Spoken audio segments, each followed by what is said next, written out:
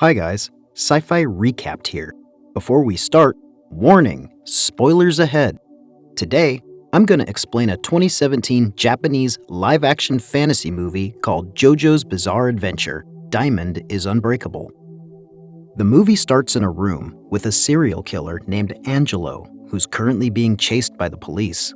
Not long after, the police bust into the room, but the killer has already escaped. On his way to escape, the killer meets a mysterious man who suddenly shoots an arrow through his neck. As the man recites some words, the man congratulates him. Suddenly, the killer is resurrected with the water bursting near him. Because of this, the police manage to catch him and then interrogate him. Angelo answers with silence as he realizes he can control water. He then kills the guard and escapes again, now with a strange water creature that he summoned. The scene continues to a high school student named Koichi preparing to go to school. On his way, he's stopped by delinquent students. They force Koichi to give them his money. Suddenly, a man named Josuke passes by and bumps into one of the delinquents. The delinquent then insults him, saying that he has stupid hair. Josuke becomes angry, and surprisingly, he has power and beats them up. The delinquents get hurt badly, but strangely the wounds on them are gone as Josuke leaves. The delinquents then run away scared of Josuke. Turns out this power can't be seen by others, as Koichi didn't see Josuke's power. In the park, Angelo continues his action. He uses the water creature to kill a man and control the other one. On the way home, Josuke meets the controlled man, now with a knife, holding someone as hostage. The controlled man then insults him by saying his hair is stupid. Josuke becomes angry and uses his power to punch through the hostages and his stomach. But then again, the wounds are gone and nothing happened to them. The water creature then shows up and runs away from the scene. Josuke is shocked by the creature and then leaves. Because of this, Angelo makes Josuke as his next target. At night, the mysterious man shows up again and shoots an arrow at a stranger. This time, the stranger is not resurrected and then he leaves. The next day, Koichi meets Jotaro and he asks Koichi to bring him to Josuke. Jotaro then meets Josuke, and he claims to be Josuke's nephew. Jotaro told him he will be getting his father's inheritance, but then Josuke rejects the inheritance. Jotaro also asks him if he's been seeing things. Sadly, Josuke ignores him and leaves. Jotaro tries to stop him, but he misunderstands and then prepares to attack him. Turns out Jotaro also has power. He uses his power to stop the time and counter Josuke's attack. He then explains that this power is called stands. But once again, Josuke says he's not interested in the other stand users and leaves. Meanwhile, Angelo has been following the mysterious man. The mysterious man invites him to have dinner together. Angelo asks the man what he should do after receiving the power. The mysterious man then replies that he can do anything he wants. Thus, he continues to hunt Josuke. Meanwhile, Josuke is having dinner with his mother, Tomoko, and his grandfather, Yohei, who turns out to be a police officer. Yohei talks about how happy he is to be able to have dinner together every day.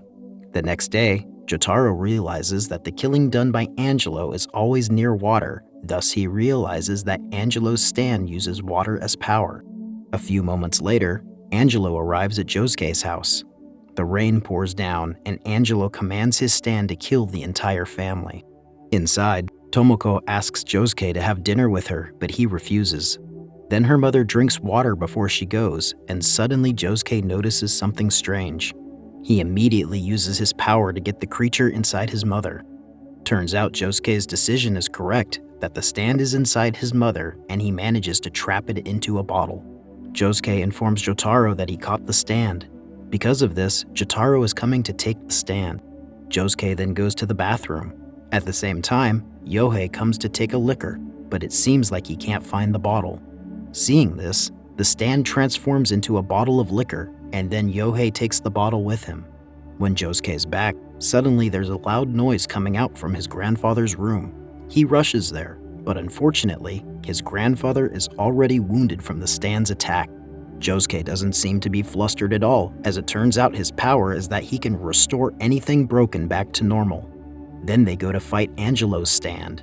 The stand boils himself and becomes steam, so he can enter Josuke's body easily. They go to another room to avoid the steam, but unexpectedly, The stand already planned this as the room is filled with mist from the air purifier.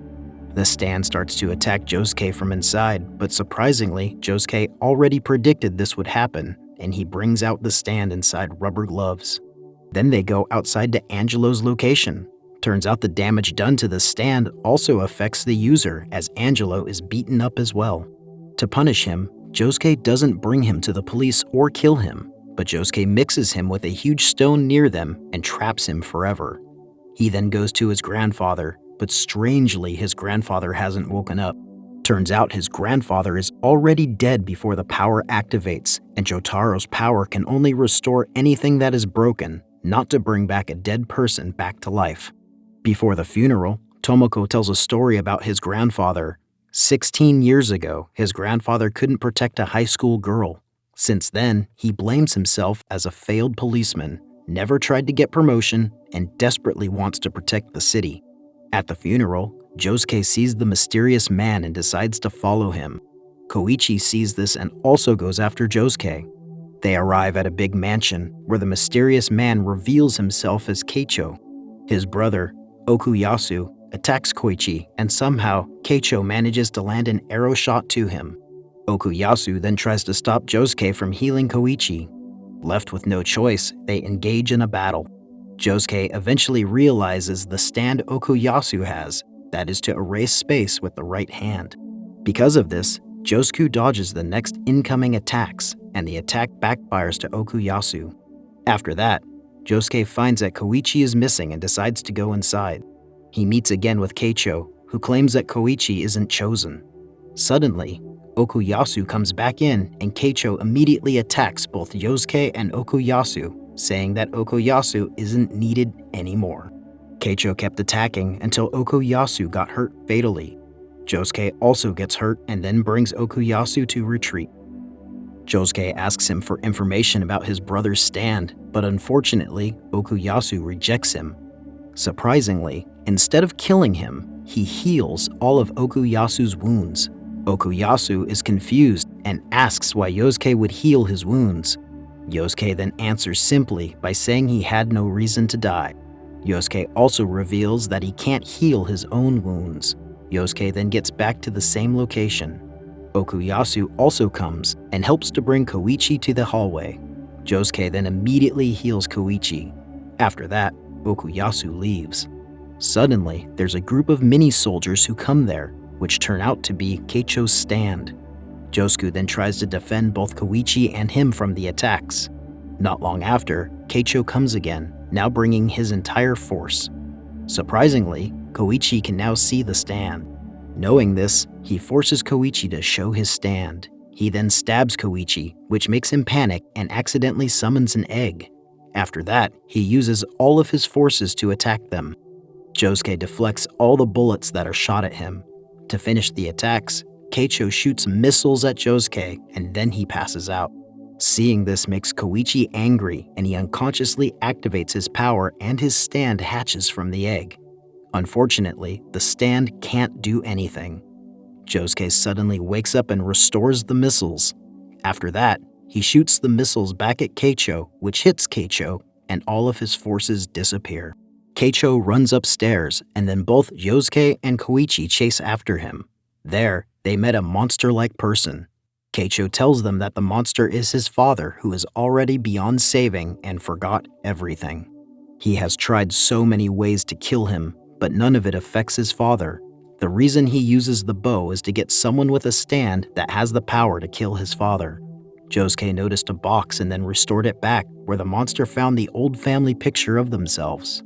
Turns out the monster still remembers his family. After that, Josuke offers to heal his father, but Keicho must give in the bow and arrow to him. Okuyasu then comes and reconciles with his brother. Not long after, an anonymous stand user attacks Okuyasu with the stand. But unfortunately, Koichi shielded him from being attacked. Not long after, the stand blows up, and after that, the bow and the arrow are gone. At the end of the movie, Josuke talks to Jotaro, saying that he will continue his grandfather's effort, that is to protect the town. Okuyasu and Koichi also approach Josuke to help him as they go to school together. Subscribe to watch more videos like this, turn on notifications, and leave a like to help the channel out. Thank you for watching.